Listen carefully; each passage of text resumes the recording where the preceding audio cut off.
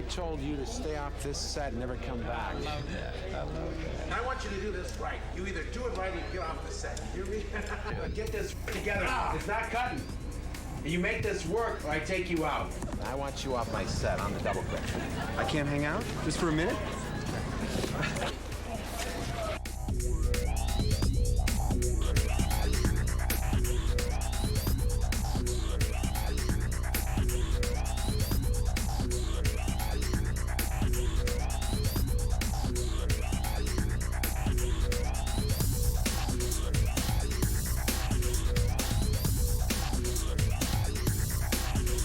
Sam, he's a character. I've heard the stories about how he's been a fan since he's a kid. Spider-Man is history. This movie will make history. It's a classic from the get-go. And you need someone there who says, I respect that. I want to make it edgy. I want to make it a high-action adventure. But I have to tell a story here that anybody can see. Sam grew up having Spider-Man painted on the wall in his room, which is the best kind of a man to take the helm for a movie like that. What Sam's good is rooting all the fantastical elements with a reality, which is sort of conventional wisdom, but I felt that all the time, that he always would start out with a very down-to-earth concept and then kind of spin off on that. He has such a great imagination, and I hear him talk about Spider-Man, and his eyes sparkle. So I think that he just, had such a knowledge and such a love for it, and it really comes through.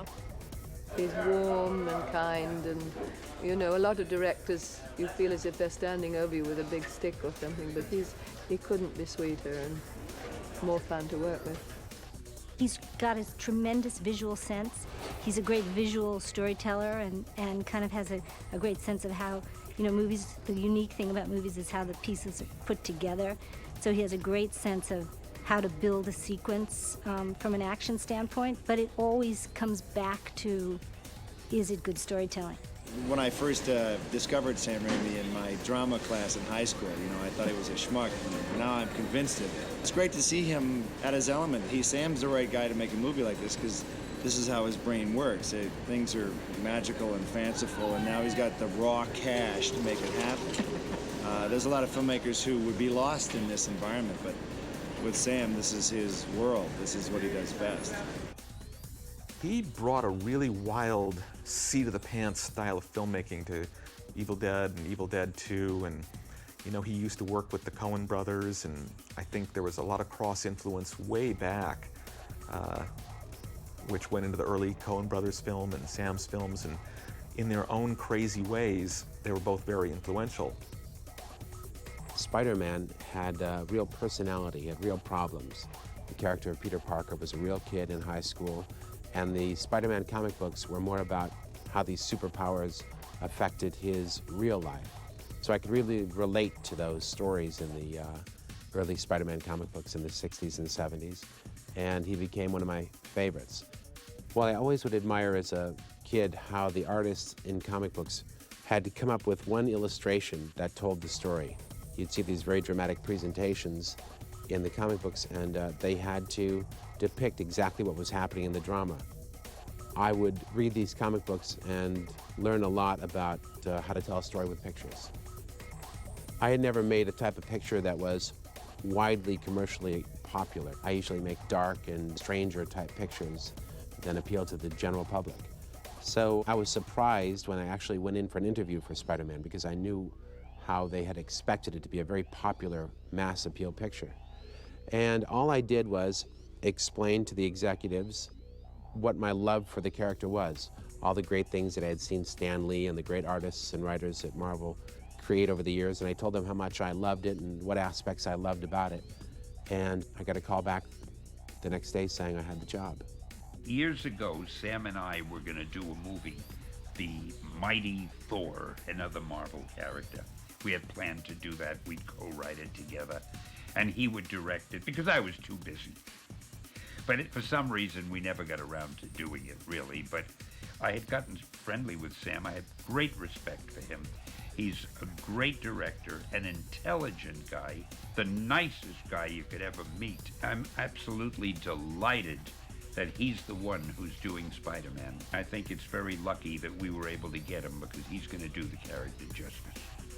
He's a great collaborator. He really, just in general, made me feel like a part of the team, like I was really contributing a lot to the film. I love working with him because he's just a great example for me of a man who takes his work seriously and takes his family life seriously, and he's very sincere and caring, and at the same time he can have a lot of fun and be funny, and he's obviously really good with camera work and can do really crazy fun stuff with the camera. Hang on, Mary Jane!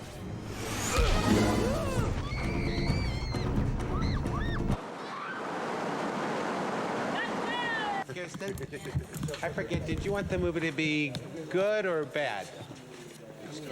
Why? I have to ask if I can ask you for one more quarter speed faster. He's so intelligent, so funny on set, and just makes it like a really calm atmosphere where this set could be like, you know, everybody's stressing out, because everybody's stressed out around him, and he just keeps everybody calm and like good-natured, and he's a you know, a good role model. I love working with Sam. He's collaborative, which is great because I really like to participate in the thinking process that goes into the making of the movie. And he understands what it is that he wants in terms of the action of the character, the personality of the character's motion, the personality of the character's presentation, and the graphic quality of the film. I've never learned so much making a picture as I made this one. There were so many aspects of filmmaking that I had learned over the last 20 years that I had to draw upon to make this particular picture. Even though it's a small story of a young boy that learns what it is to be a responsible young man, its canvas is very large.